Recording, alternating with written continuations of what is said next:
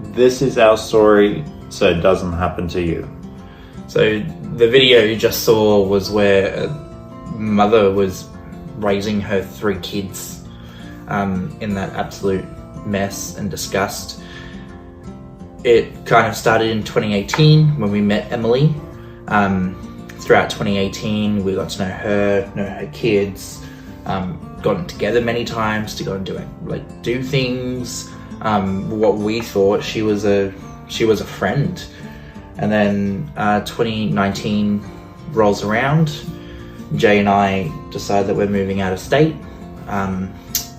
We let the owner of the property know because we were under just a verbal mutual agreement while we were staying there, and the owner wanted us to get someone else into the property to pay the rent in our stead. So we know that Emily at this point was struggling to find somewhere to move to because her lease was up. She couldn't get a house for her and her kids. She was obviously very stressed and very worried. So we offered her to move into this place. She moved in. It was a very smooth transaction. No hassles. It was good for the first month. She settled in. She got the kids into a school. Finally, a stable household. We soon then started seeing, financial difficulties coming through, and through the process there was COVID, so we didn't think much of it. Everyone was struggling through the process. However, it just became more frequent, more often, where she needed money for supporting the kids, money for school, money for this, money for whatever reason you can think of. She couldn't cover it. We covered her rent a couple of times because she couldn't pay that. So, we just wanted to help her. We could see she was struggling and tried to do our best to, keep her going as best we could. 2-3 years later, we're in this mess. Over the course of the 3 years, we tried to inspect the property. We've supported her through inspecting the property. Paid for cleaners to go in before inspections.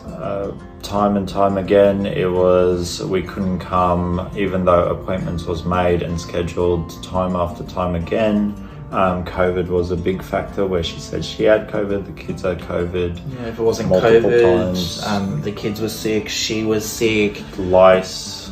Everything. Her father passed away, which we do feel sorry for, so we gave her a bit of a break around that period. But then the owner of the property decided obviously things weren't working as they should have been. So in July, he gave her 3 months notice to vacate the property. During that 3 months, the owner tried again and again to get in and have a look, and every time was met with excuse after excuse. Even going as far as her claiming that he tried to force his way in, which it didn't happen. He's a kind elderly gentleman. He's not forcing his way into anywhere. He felt bad for her and the kids as well. Tried to give her every chance, but she kind of threw everything back in all of our faces, fearing for her and her children's lives, even though no threats or aggressive stances were ever, Purely because we want to move on from this situation. Someone living in a house that doesn't want us to go in, someone just, time and time again has disappointed us in making promises that just wasn't kept. It was just a horrible situation that we all just wanted to get rid of.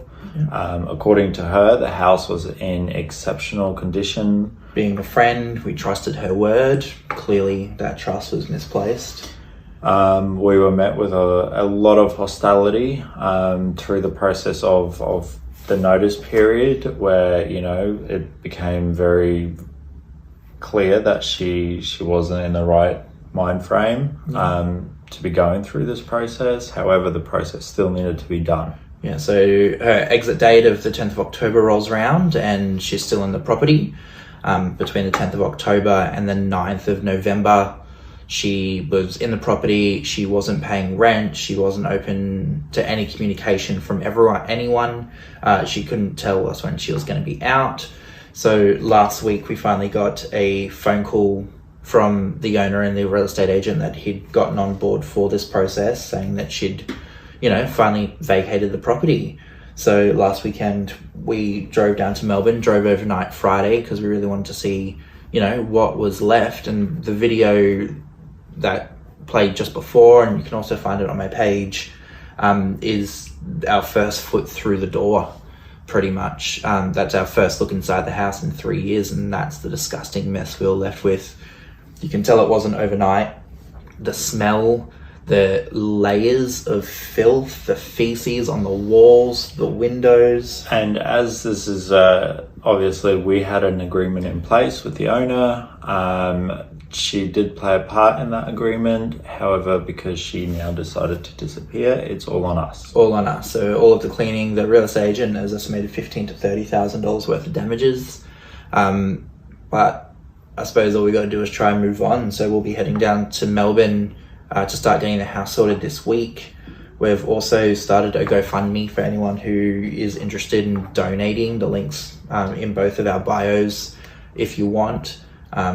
We've had a lot of interest of people on the original video wanting to come and help us as well, get the cleanup done.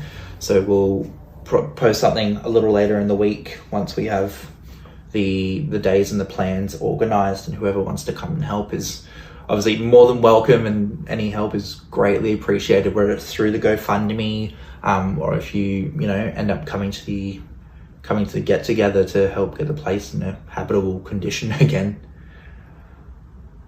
Thank you.